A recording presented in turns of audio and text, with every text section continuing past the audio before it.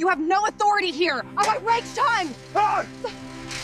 I buried my son here, ma'am. I said, "Remove it, Mr. Callahan. It violates the aesthetics of the neighborhood."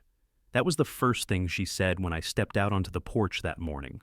No greeting, no apology, just that same polished venom. Irene Dalton, standing there in her crimson blazer, clipboard pressed like a weapon against her chest.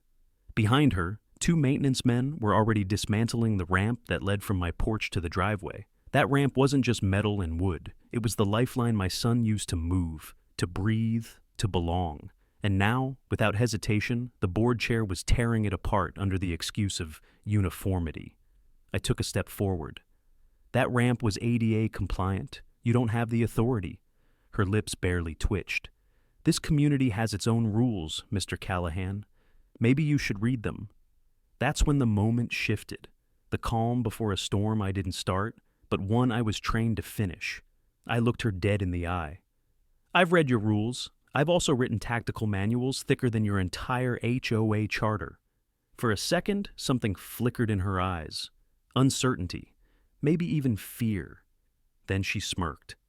"Military men and their toys," she said, signaling the crew to keep going. "If you've ever stood your ground when it mattered most, hit subscribe now, because when the easy choice was to stay silent, then you already know what came next. Because when you strip a father of the last thing his son touched, you don't just break a rule. You declare a war. My name's Nate Callahan, former Navy SEAL, tactical instructor, and the only man in Hawthorne Creek who's learned that silence can be louder than gunfire. I moved to here for peace after my son's accident, but peace doesn't survive long in neighborhoods run by tyrants in heels. That ramp, the one she called unsightly, was built after the accident that paralyzed my boy. He was 8. The doctor said he'd never walk again. I told them he'd at least roll toward the sunrise every morning. So I built that ramp myself, inch by inch, every screw twisted with shaking hands and a father's prayer. And now she stood over it like a queen inspecting a fallen soldier. "You can appeal the citation," the clipboard queen said casually, as if bureaucracy could undo grief. "Until then, it has to go."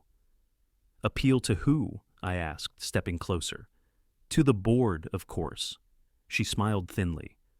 "We're all very reasonable people when approached correctly." I glanced at the men unscrewing the final railing. "You think this makes you powerful?" She tilted her head, amused. "Power isn't about strength, Mr. Callahan. It's about order." That word, order, hit differently. I'd spent my career in places where order meant survival, but here, under her manicured rules, it meant obedience. Behind her, she sees it. Neighbor peeked through the blinds. Another filmed on their phone but said nothing. I realized then, this wasn't about a ramp. It was about control. She wanted submission, not compliance. When the last bolt came loose, the metal clanged against the driveway, a sound sharp enough to cut through the morning stillness. I didn't flinch, neither did she. "You'll receive an invoice for removal," the officer of rules said, turning away. My jaw clenched. "Send it to Arlington," I muttered. She paused. "Excuse me?" "That's where my son's buried," I said quietly. For the first time, her smirk faltered. 10 minutes later, the ambulance sirens echoed down Hawthorne Creek Drive. The boy next door, wheelchair-bound since birth, had slipped off his temporary ramp and stopped breathing. By the time I ran over, his mother was screaming, his father begging, and the enforcer in crimson stood frozen, staring at the chaos she'd created. She whispered something, maybe to herself. "We were just following policy." I looked at her, the world narrowing to a single point of silence. And in that silence, I knew. I wasn't just fighting for my boy anymore. The convoy hadn't even arrived yet, but it would. The flashing red light still lingered in my mind long after the ambulance pulled away. The street looked like a battlefield after the smoke cleared, neighbors whispering, mothers clutching their kids, and at the center of it all, Irene Dalton standing in her crimson blazer, as if she'd just survived a PR crisis instead of caused one. She kept adjusting her clipboard, pretending to take notes while the paramedics' tire marks still stained the asphalt. No apology, no remorse, just the cold efficiency of someone too used to power and paperwork. That night, Hawthorne Creek didn't sleep. I sat on my porch staring at the ramp's empty space. Every plank she'd ordered removed now felt like a missing piece of my son's memory. The air was still thick with disinfectant and grief, but beneath it, something darker simmered, an anger that wasn't loud, just patient. When I heard her voice again the next morning, it was like déjà vu. "Mr. Callahan," she called, walking up my driveway, heels clicking like metronomes of authority. "The HOA board would like to formally remind you of your obligation to maintain community standards." I turned slowly. "Community standards killed a child yesterday." Her jaw tightened, but she didn't blink. "That incident was unfortunate, but unrelated to HOA matters." That sentence, unrelated, hit like shrapnel. She was rewriting reality before the body was even buried. "Tell that to his parents," I said. The tyrant in heels held her clipboard tighter. "I understand this is emotional for you, but grief doesn't exempt anyone from compliance." For a moment, I thought about how many times I'd heard that same tone overseas, when officials used the word compliance to justify cruelty. "Your ramp violated Section 8B, she continued. "Unauthorized construction visible from the street. We can't have exceptions, Mr. Callahan. It sets a precedent." "Good," I said. "Let it set one." Her lips curled slightly. "Defiance won't change policy." "No," I said, "but it might expose it." She hesitated, just long enough to tell me she didn't like the sound of that. When she finally walked off, her perfume lingered longer than her conscience. The board chair had made her move. Now it was my turn. That afternoon I started digging, digitally, not literally. My son's old laptop still sat on his desk, stickers peeling from the corners. He used to play strategy games on it. I remembered how he'd grin every time he outsmarted an impossible level. "Patience is timing, Dad," he'd say. "You just wait until they think they've won." He was right. I accessed the HOA's website. Scrolling through bylaws Irene herself had helped author. It didn't take long to find contradictions. Sections copied from outdated county codes. Violations of accessibility requirements buried under aesthetic clauses. I knew how to read between lines. The military trained me to see what others missed. Hours passed, pages turned, and one pattern stood out. Every violation linked to Irene's personal circle of influence. Fines, fees, construction approvals, all favoring the same handful of residents. It wasn't just about power anymore. It was about profit. I emailed screenshots to a contact in the city zoning office, an old buddy from my days consulting on disaster response logistics. He replied within minutes.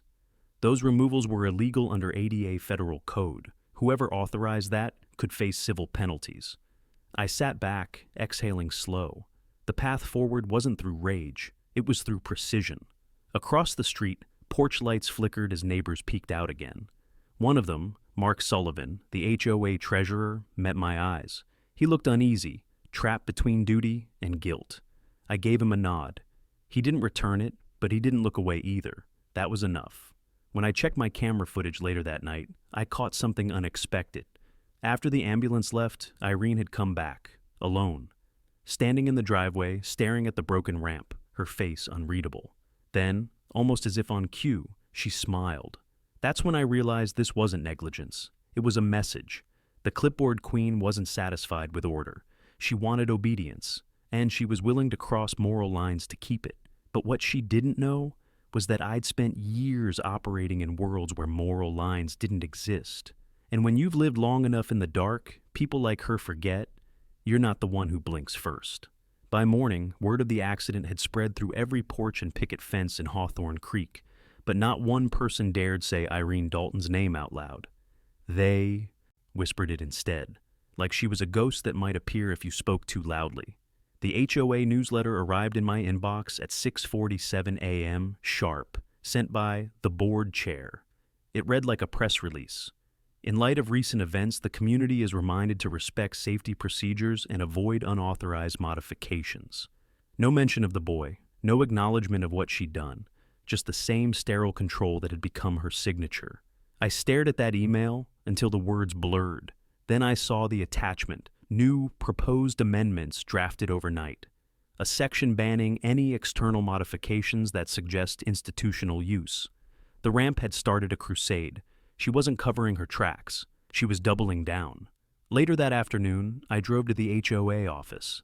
The sign outside gleamed, polished brass letters spelling Hawthorne Creek Community Association, as if arrogance had a font.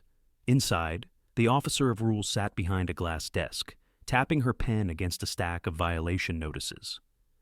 "Mr. Callahan," she said without looking up, "I was just about to email you. I figured I'd save you the trouble." Her eyes finally met mine. No guilt, no fear, just calculation. "We've received multiple complaints regarding your recent behavior toward board staff." "My behavior?" I stepped closer. "A child died because of your order. That's a tragic coincidence, not causation." The calmness in her voice made my skin crawl. It wasn't denial, it was control. She'd already reframed the narrative in her mind, turned loss into logistics. Before I could speak again, the office door creaked open. A woman in her late 30s stepped inside, Lena Brooks, the HOA secretary. Her face looked pale, her posture tight. She froze the second she saw us. "Lena," the clipboard queen said sharply, "you're late." I had to stop by the hospital," Lena murmured. Her hands trembled slightly as she set a folder on the desk. I caught the flicker in her eyes. Remorse. She wasn't like Irene. Not yet. "The board appreciates your diligence," Irene said, voice like ice over glass. "But personal errands don't excuse tardiness." Lena nodded, eyes down. I could almost feel the tension between them, the silent chain of authority pulling tighter. "You were there that morning, weren't you?" I asked softly. Lena's shoulders stiffened. "I just came to drop off paperwork," Irene interjected before she could say more. "This meeting is over, Mr. Callahan. If you have further concerns, you may submit them in writing." I leaned on her desk. "You should have stopped them," she smirked faintly. "And deny the will of the community? That's not leadership. It's chaos." Something in her tone snapped the thin restraint I'd been holding on to. I didn't shout, I didn't threaten, I just said, "You have no idea what chaos really looks like." For a moment, the air, it changed. Even Lena looked up. Something in my voice must have sounded too familiar, too precise. Years of military command had a way of slipping through. The tyrant in heels studied me for a beat longer, then smiled, tight, performative, a mask for the cameras she probably had recording. "You're dismissed, Mr. Callahan." When I turned to leave, Lena caught my sleeve, subtle enough for Irene not to see. "Check the maintenance records," she whispered. "The removal order wasn't logged through the city." Our eyes met. That was all I needed, proof that not everyone inside her fortress was loyal. Outside, the sun hit hard against the asphalt, but my chest felt colder than ever. Irene Dalton wasn't just violating policy, she was forging authority out of fear. And now, someone inside her own ranks had started to crack. That night, I sat by the empty driveway again, laptop open, searching for the maintenance contractor's records. Nothing. No invoices, no digital trace of authorization. Which meant one thing. The enforcer in Crimson had used an unregistered crew. Off-the-books labor. Illegal, uninspected, and entirely her doing. It wasn't incompetence. It was a cover-up. And while she was tightening her grip on the community, her foundation was already beginning to crumble. Lena Brooks didn't know it yet, but she'd just become the first real witness in a war she never meant to join. And Irene, she'd just made her first mistake, thinking a soldier would fight by her rules. The notice arrived that morning, stamped with the HOA seal and a deadline that felt like an execution date. The paper was thick, official, and sprayed with the kind of bureaucratic certainty Irene Dalton preferred. Perfect edges, precise fonts, no compassion. They demanded the ramp be removed within 48 hours, threatened daily fines otherwise, and warned that any obstruction of public right-of-way could be prosecuted. The language read like a legal hammer wrapped in velvet. When I called the number at the bottom, a woman with a clipped tone recited policy and hung up, as if that sealed my fate. The board chair had turned procedure into a weapon. She wasn't content with a quiet, private ruin. She wanted spectacle. By noon, a yellow tow notice fluttered on the post beside my driveway like a flag of surrender. Someone had photographed the ramp from 6 angles and posted them to the private community thread with captions laced with schadenfreude. Pixelated faces judged me from phone screens. Neighbors I'd waved to for years messaged me short, anxious sentences. "This is getting ugly," one wrote. "Be careful," another warned. The air in Hawthorne Creek thickened with side glances. At 3, the clubhouse called a special meeting. The email said, urgent community safety session. I went because staying away would let them claim I wasn't engaged, precisely what Irene wanted. The room smelled of stale coffee and lemon cleaner, the sound of folding. Chairs scraped like fingernails. She stood at the front with a microphone like a general in a dress. The enforcer in crimson smiled at the crowd, the way a shark smiles before it circles. We must restore order, she said, crisp and rehearsed. Safety comes first. We can't have unilateral structures on common easements. Her words landed like stones. I raised my hand, voices quieted, some curious, some hungry. My son needed that ramp, I said, voice low. It wasn't some cosmetic choice. The microphone carried my words further than I intended. I could feel a dozen judgments recalibrate. Irene's gaze cut through me. Mr. Callahan, the board has a responsibility to the entire community. We received complaints. The clipboard queen folded her notes with care, the movement precise. Until proper permits are filed, the ramp must be removed or the board will arrange removal. Her phrasing left no room for negotiation. They passed a motion by the thinnest of margins, temporary removal pending inspection. A few residents clapped politely, as if punctuation could replace conscience. Lena sat 2 rows back, fingers pressed to her lips, eyes like a held breath. She didn't clap. Outside, a maintenance man, clipboard in hand, approached me. We'll coordinate removal Monday, he said. His voice had the blandness of someone following orders. I swallowed hard. You can't, I said, though I sounded smaller than the room had made me. That night, someone nailed a sign to my gate. Keep this community safe. No signatures, just block letter righteousness. My driveway, once private and personal, felt like a stage for a story someone else was telling. I sat at my kitchen table and sketched a plan instead of sleep. Irene had escalated in public. She wanted me boxed, symbolically and literally. Threats through paperwork, crowd pressure, and unilateral rulings. Classic consolidation of power. But escalation revealed impatience. When someone speeds up control, they risk skipping steps, records, permits, the thin legal web that hides misdeeds. Lena's whisper about the unlogged removal order echoed in my head. The more she pushed, the more brittle her fortress became. I would not be intimidated easily. I wrote emails to the city inspector, to disability advocacy groups, and to the neighbor who ran the paper. I didn't announce these moves in the thread. They had to be unseen until unavoidable. Irene Dalton wanted me to flinch. She'd nudged the community into motion. Now I had to make sure the motion revealed her, not me. I found an ally, where I least expected one. A retired ADA compliance inspector named Maria, who lived 3 streets over and kept compulsive notes about curb cuts. She answered my call in under an hour, and when she climbed the steps to my porch, she smelled of coffee and old paper, the kind of person who made rules into muscles. I explained what had happened at the meeting, how Irene Dalton had rallied the neighbors and posted the tow notice, and she listened with the slow patience of someone cataloging a pattern. You didn't tell them why the ramp's there? She asked, eyes narrowing. I told her about my boy, his seizures, the way he locked his fingers on the wheelchair handles when thunder rolled. I told her about Lena's look at the meeting, the sign on the gate, the way the maintenance crew had been unusually eager. I kept my voice low. The porch light hummed overhead. Maria walked the ramp with me, running a hand along the rail as if to check for warmth. This is a medical aid, she said finally, blunt like a judge. This isn't decoration. Removing it without an alternative violates multiple protections. She named statutes and codes in a practical cadence, rights I half remembered and had been too angry to recite. It steadied me to hear them. She suggested bringing in a mobility specialist to formally assess necessity. Assessments matter, she said. They're expert testimony when the board pretends to be judge.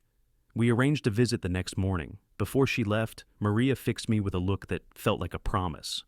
You'll want footage too. Record every interaction. Let them show their own faces. I followed her instructions like a roadmap.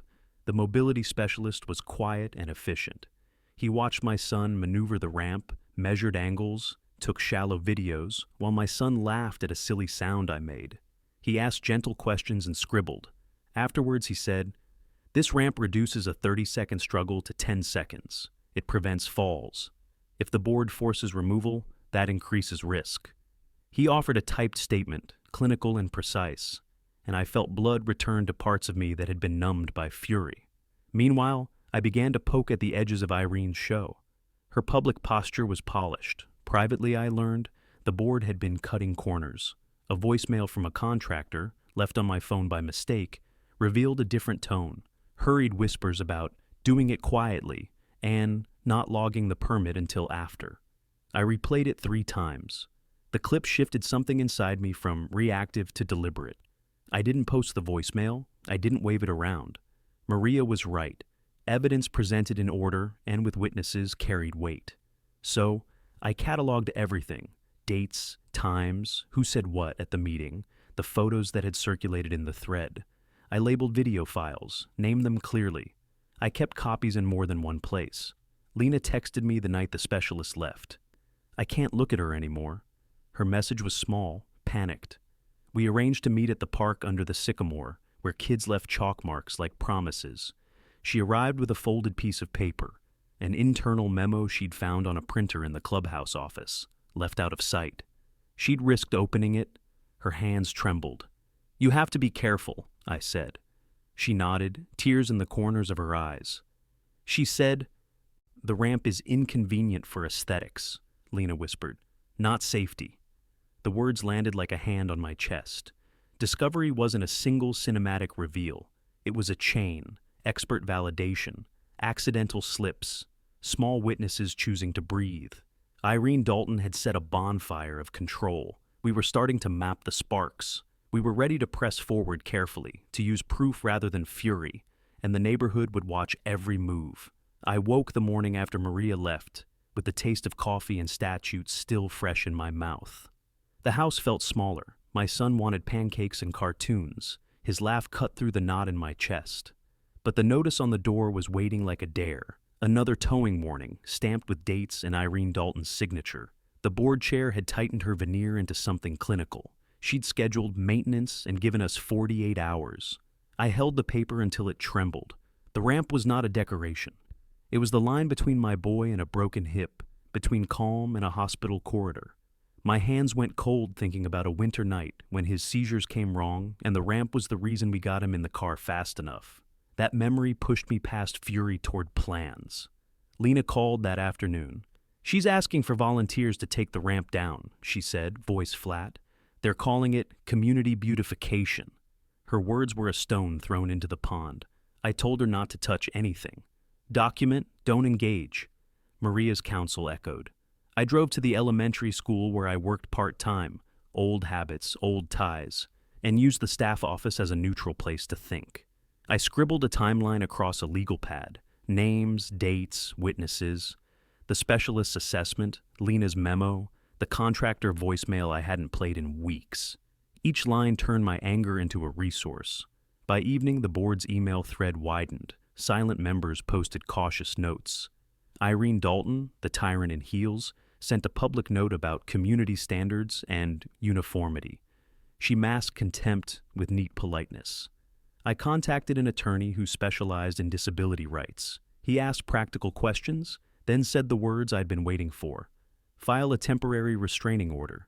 Get the inspector to issue an emergency compliance hold. If they remove critical access, that's an actionable harm. He explained how to thread administrative filings with injury risk. He asked about proof. I sent the specialist's statement, Lena's memo, Maria's notes, and the video files. That night, while my son slept with his cheek against a stuffed dog, a different kind of alarm went off. A neighbor pounded my door, Mrs. Patel, breathless. "They tried to pry the ramp loose," she said. Her hands were shaking. "Maintenance truck. 2 men. They were measuring." My stomach dropped. I went outside and found fresh scuff marks on the concrete and a clamp left where a hinge would have been. Whoever came had been interrupted. Whoever came would come back. I called the city inspector and got nothing but bureaucracy on hold for an hour. Then, a small mercy. The inspector's assistant answered and promised a site visit the next morning. "We can mark it as a hazard," she said. "That buys you time." Maria's voice in my head turned into a plan I could execute. I knocked on neighbors' doors. Some opened their curtains, others didn't. A few stepped outside and listened as I spoke. I kept my voice low but firm. I explained the risk to my boy. I showed the specialist's note and Lena's paper. A couple of them, older faces I'd seen at summer barbecues, nodded, eyes softening. One neighbor, a contractor named Elijah, offered to camp by the ramp overnight if need be. Another, Mrs. Collins, agreed to testify to seeing the maintenance truck. The neighborhood started to stir. I wrote down contact numbers, set alarms, and messaged Maria that I wouldn't let this stand. I sat on the porch until late, the night settling like velvet. Irene Dalton's lights glowed across the cul-de-sac like a watchtower. I pictured the board chair in her suit, the clipboard queen trimming edges while people's lives were at stake. I felt the shift inside me from private rage to public duty. We had 48 hours. I would spend them building a case they couldn't ignore. I wasn't backing down.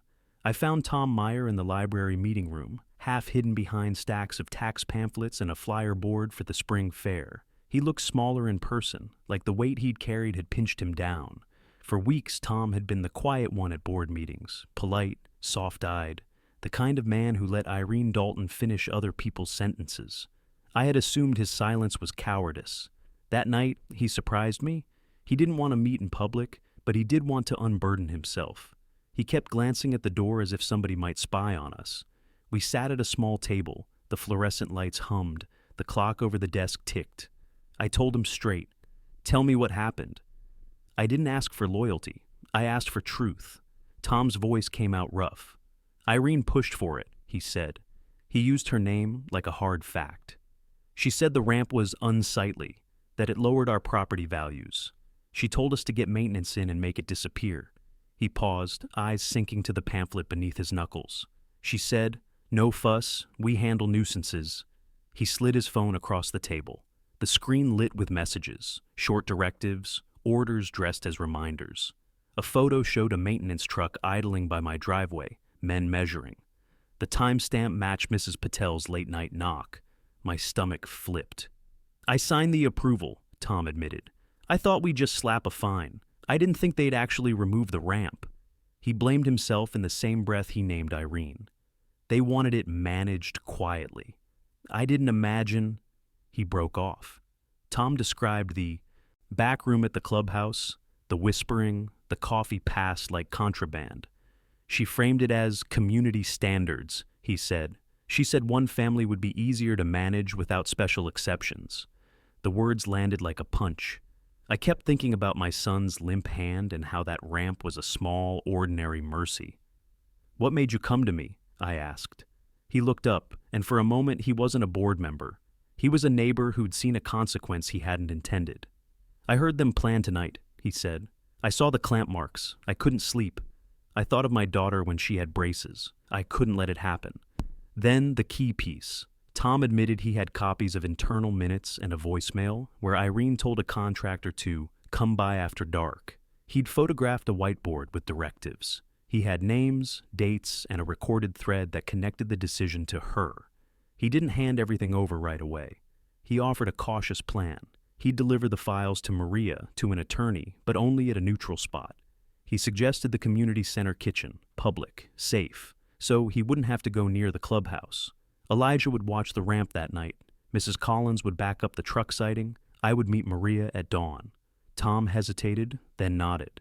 The act of nodding felt like a release. He'd unshackled the secret. Walking home, I felt momentum shift. Irene Dalton, the board chair, the officer of rules, had hidden the plan behind neat agendas and polite emails. Now we had witnesses, timestamps, and a frightened board member who'd chosen truth over silence. Tom's confession didn't erase what they'd done, but it gave us leverage, a record, an eyewitness, a plan to stop the next move. The neighborhood felt charged, the next step was clear, and the choice was ours. I called Maria from the curb, voice low and steady. She promised to bring the attorney and camera. We agreed on signals, times, and an order: preserve evidence, protect my son, expose the wrongdoing. That evening, I slept with the porch light on and a small, fierce calm in my chest. Morning would bring witnesses, and truth would follow. The next morning, fog hung over the cul-de-sac, like smoke after a quiet explosion. My coffee went cold before I even took a sip. Because at 6:47 a.m., the board chair herself showed up again. Irene Dalton stood in my driveway in that same crimson blazer, the one neighbors now whispered about like a warning light. She was talking to a man in a maintenance vest, her finger stabbing toward my ramp as if she were commanding troops. I watched from behind the curtain until she saw me, and smiled. That smile was the kind that said, "I've already won." I stepped outside before I could think twice. "Irene," I said, keeping my tone calm, "you're trespassing." The clipboard queen cocked her head. "Actually, I'm inspecting. This ramp still violates HOA Exterior Modification Code 3.7b. You were notified." Her voice was sugar over steel. I could almost hear the boards whispering behind her. But this time, I wasn't alone. Elijah, the contractor neighbor who'd volunteered to keep watch, appeared from his porch, phone already in hand. "You might want to stop filming," the enforcer in crimson said, flashing that professional smile again. "We're within rights to assess community compliance." Elijah didn't stop. "And I'm within mine to record public property," he replied. Irene's jaw tightened. Then, before she could pull another rule from her clipboard, a white sedan rolled up. Maria stepped out, followed by the mobility specialist and a city inspector. Timing. Perfect. The officer of rules froze for the first time since this whole nightmare began. The inspector approached calmly. "Ms. Dalton," he said, flipping his badge, "we received a formal complaint of unauthorized alteration of an accessibility feature. We'll need to inspect before any further action." Her eyes darted between him and me. "This ramp isn't documented as medical necessity," she snapped. The inspector smiled faintly. "It is now." He held up the specialist's report.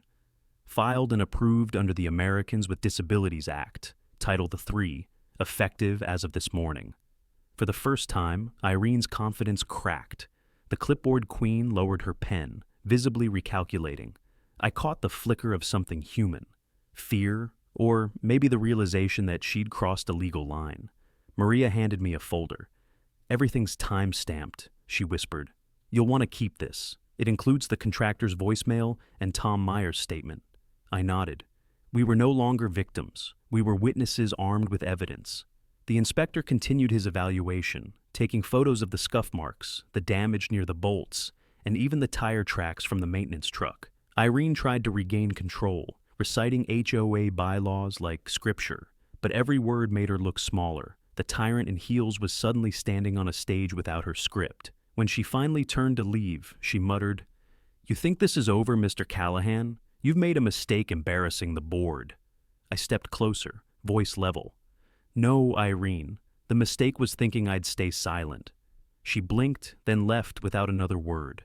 That afternoon, the neighborhood started buzzing. Mrs. Patel posted the inspector's visit in the community thread. Neighbors shared photos, asking questions, tagging each other. The silence that had protected Irene's authority began to fracture. Tom Meyer's guilt-driven confession now became a lifeline for the rest of the community, a sign that the board's power could be challenged. By sunset, half the street had seen the footage Elijah recorded. The other half had heard that the officer of rules was now under investigation by the city for overreach. Inside my home, I watched my son roll down the ramp, laughing as the sprinklers clicked on across the lawn, droplets glinting in orange light.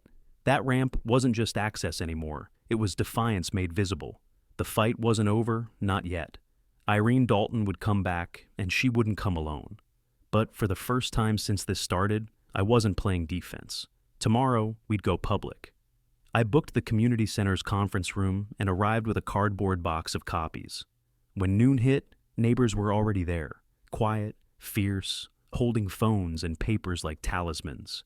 We set chairs into a rough semicircle. Maria brought thermoses. Elijah connected his tablet so everyone could view the clips. I opened with a simple line: "We build a chain, not a rant." Then I laid out the tasks: secure the inspector's report, commission an independent engineer, gather sworn witness statements, create a public timeline, and file a formal complaint with the city. Practical steps, no grandstanding. Irene Dalton had been corrosive because she relied on chaos. Order would be our weapon. Tom Meyer listened from the back, hands clenched. He'd already admitted what he'd seen. Now he nodded as other neighbors recited times and places. We pinned stills to a whiteboard, muddy rerouted ditches, fresh tire tracks, the exact spot where runoff had been diverted. Each image got a label. Each label would become evidence. We divided labor. Mrs. Patel agreed to canvass and gather signatures supporting an official complaint. Elijah volunteered to timestamp and upload every relevant video to a secure drive, then produce a public timeline. Maria promised to contact a disability advocacy group to document the extra harm caused by blocked access. I phoned an old colleague, an environmental engineer, and asked him to examine grading changes and slope alterations the next morning. At one point, someone muttered a name for the board, the clipboard queen. I let it go. Angry nicknames are satisfying, but useless. We needed facts, dates, and a coherent narrative tying actions to danger. The group rehearsed testimony. I coach folks to stay measured, state the fact, show the photo, point to the harm. The board would try to bait us into theatrics. We wouldn't give them that. Our goal was to present a packet the city could act on without wading through outrage. Mid-afternoon, Tom handed me an envelope and looked like a man who'd been unshackled. Inside was a photo from his phone, heavy machinery in a drainage trench, time-stamped the night the river flow changed. The county truck in the background matched a vendor name we'd seen on an HOA invoice. That single image stitched a loose set of complaints into an actionable chain. I scanned it, assigned someone to cross-check the vendor list, and called the city liaison to request inspection. The liaison's office required a clear chain of events, corroborated witnesses, and an expert link between alteration and hazard. We could meet these requirements. Before we left, we made a public plan. Someone would deliver the complaint packet. Someone else would contact local news and prepare a concise statement. Another neighbor would post a calm, fact-based timeline online. We set deadlines. Independent inspection in 48 hours, packet filed within 5 days, public statement ready for release when the packet was filed. The room filled with a different energy than the week before. People who'd avoided confrontation were now volunteering to speak, to stand with those who'd been harmed, to bring signs to a hearing. The community felt less like scattered victims and more like a body preparing to move. Outside, as folding chairs were stacked, Mrs. Patel squeezed my shoulder and said, "We needed this." I thought of the little park the board had fenced off, of the boy who'd been denied safe access. This was never just about property lines. It was about safety and accountability. By the time I locked the conference room, the packet was already forming. Photos, timestamps, witness names, Tom's photo at its core. We had shifted from accusation to case. Irene Dalton had made a choice. Now the city would have to respond to facts rather than fury. The next move would be public, and it would be precise. We left ready, steady, united. The inspection day felt like a long breath held. I checked the packet again. Photos, witness summaries, Elijah's clip, Dr. Ramos's notes. No loose ends. Dr. Ramos arrived with gear. He moved through the land like a man reading a map only he could see. We tested flow, set probes, logged angles. He spoke in numbers, and I trusted those numbers. Neighbors came to help. Maria printed affidavits while Mrs. Patel prepared statements. Their calm was surgical. They weren't performative. They were precise. That steady, quiet resolve steadied me too. It turned panic into procedure. The city liaison drove up mid-morning, badge clipped, expression neutral. He walked the slope with the engineer, comparing notes. I kept my distance and listened. Culvert capacity, redirected flows, combined runoff. Phrases that used to be abstract now felt like accusations. Dr. Ramos pointed, sketched, and finally said, "This concentrates force where people live." The liaison took photos, then asked for the packet. I briefed the reporter we'd promised to meet the moment the liaison signaled progress. We agreed on facts, not fury. I practiced the statement aloud once. What happened, who was harmed, what the data showed. No theatrics. The goal was to force officials to act, not to inflame neighbors. Tom recorded his account on camera in the park. His voice cracked and then found steadiness. He described the reroute and the day the boy was lost, and he didn't flinch when he named Irene Dalton as responsible. Afterwards, he hugged Maria and said, "It's out there now." I felt the relief wash through him like rain. At noon, Dr. Ramos pulled me aside and showed his diagrams. The reroute, he said, had focused the river's energy into a single channel that overwhelmed safety margins. His tone left no room for opinion. "This is a hazard," he said simply. That phrase made the complaint heavier. It made it formal. We handed the packet to the liaison in the municipal office that afternoon. Clerk stamped pages. I signed where required. The stamp sounded official, small, loud. With it, the dispute moved into city procedure, temporary measures, an urgent inspection, possible orders to halt work. Legal wait, finally. I called our lawyer and we mapped likely next steps. She outlined the municipal timeline and cautioned restraint. She said the city would prefer calm facts. Our job was to present them clearly. I agreed. Restraint would be our instrument. Late afternoon, I walked by the clubhouse in the fenced-off corner of the park. It looked abandoned and fragile, like a thing waiting to be repaired. I thought of the boy, of the empty swing, of the way small losses accumulate. I thought of the convoy I'd once imagined. It had been a pressure valve, not a plan. The point had been to spur neighbors to see the stakes, not to threaten. Neighbors assembled that evening on my porch. We rehearsed short, precise statements for the hearing and decided who'd speak when. We reviewed the timeline and the evidence. Veronica, no. The name came up. Someone muttered a nickname. I shut it down. We had to be above petty baiting. The city would listen to order, not insults. We set practical safety measures, sandbags along the vulnerable edge, temporary signage, and a volunteer rotation to monitor the park at dawn. I made calls to parents and elderly neighbors to check schedules. We weren't waiting for miracles. We were building a defense out of ordinary acts. By dusk, the briefing was finished. People left with roles and a quiet determination. The liaison promised visible action the next morning. I felt the machinery shift, from rumor to record, from grief to process. The real confrontation would be public and structured. That was the point. The anger had opened a path. Now it was law's turn. Tomorrow everything would be decided, one way. The hall smelled like coffee and old varnish. I sat near the front, packet weight steady in my lap, and watched people file in, parents, retirees, reporters with tired eyes, neighbors clutching printouts. The room filled fast. Every chair had a story in it. When the board filed in, Irene Dalton led them, sharp heels, clipboard like a weapon. She wore the look of someone born to enforce. The murmurs dimmed. I spoke only when called, but the hearing felt public and raw. Dr. Ramos set up his laptop and let the diagrams speak, flow vectors, pressure maps, the quiet violence of redirected water. His voice was calm, the diagrams weren't. Then Maria read Tom's affidavit. The crowd leaned in as if it were a ritual. The sound in the room tightened.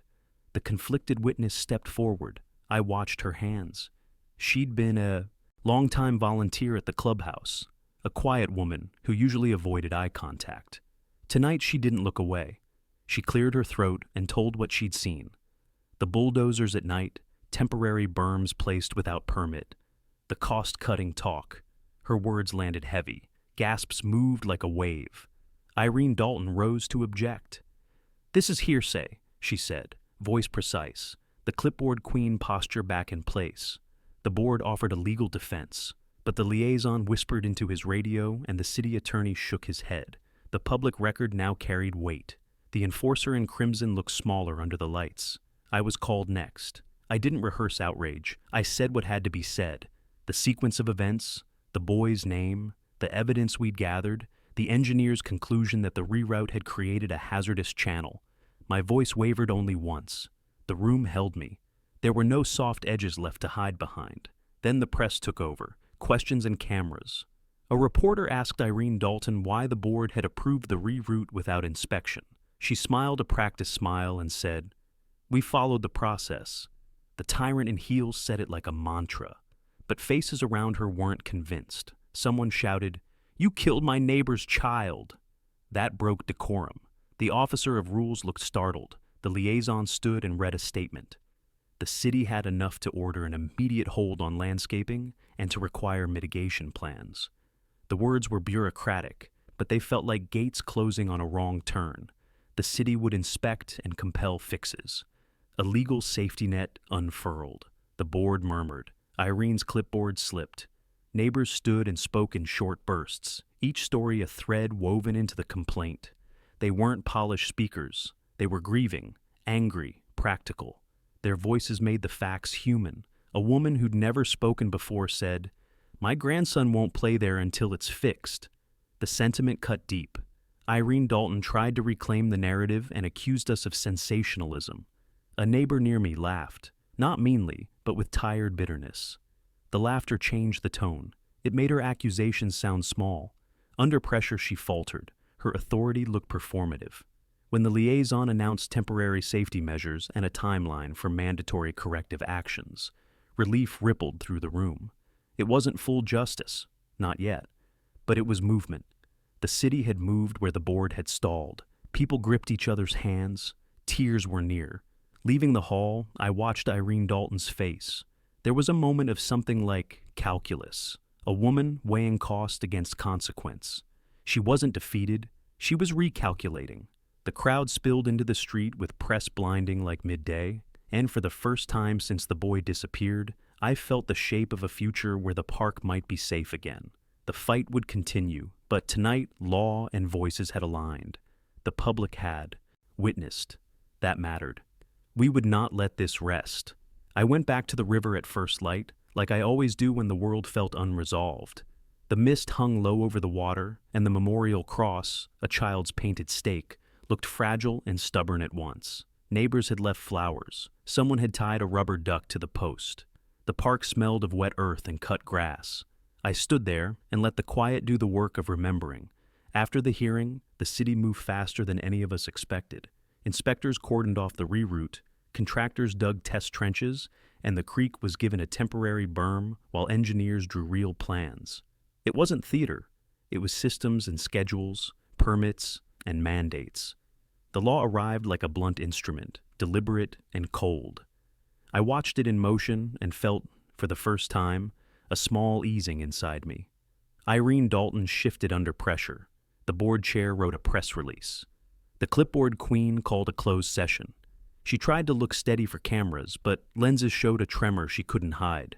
The tyrant in heels thrived on control. Control was being taken by others with forms and authority. That stung. Our conflicted witness stayed nearby. Torn between the clubhouse and truth, she chose truth. She came to the river and stood with us. She didn't speak much. Her presence was a small reconciliation. There was a sequence of things that felt like justice. Insurers opening files, the city auditor making notes, neighbors filing claims. The club's grand plans hit the arithmetic of risk. Economic pressure followed the legal steps, and the board's smug plans became expensive footnotes. That was the pivot we needed. I kept thinking about the boy, about mornings he never saw, and a father's anger that moved like a tide. My anger had hung heavy, useful, and dangerous. I could have answered cruelty with spectacle. Instead, I learned that persistence and process tear down arrogance better than a single act. The city fixed immediate danger. We fixed the rest. Irene watched us organize groups, volunteer shifts to guard the park, and a petition she couldn't dismiss. The officer of rules watched budgets shift and felt the community's gaze tighten. For all her posturing, she was an actor in a game whose rules had been rewritten. She tried to negotiate quietly, offering small concessions. We accepted none that didn't include real remedies. Months later, the creek had a plan. Restored banks, native plantings to slow water, and a certified flow corridor that respected both ecology and safety. The clubhouse gates remained partially closed, while it addressed vulnerabilities and paid higher premiums. People began to gather again, carefully, under trees that meant more than a meeting place. I kept the little painted cross for a long time. It sat on my mantle like a compass. Sometimes I'd hold it and feel a brittle grief. Other times I'd feel a steady insistence. That community could be made to care. That oversight could move a mountain of denial. Law, neighbors, and persistent pressure remake what negligence breaks. I don't pretend the world is fixed. Irene Dalton still ticks off bylaws and policies at meetings. She still owns the posture of authority. But she no longer gets to decide what safety looks like alone. The shift was structural. It was slow, legal, and lasting. I promised to keep fighting, quietly, until safety was normal again. If you want more stories of homeowners standing up to HOA tyranny, hit subscribe right now, share your story in the comments, and let me know where you're watching from. I left the river that day and walked home with damp shoes and a quieter heart. The memorial stayed, guarded now by the city's mandate, neighbors' memories, and a system that finally listened. That felt like a beginning, not an end.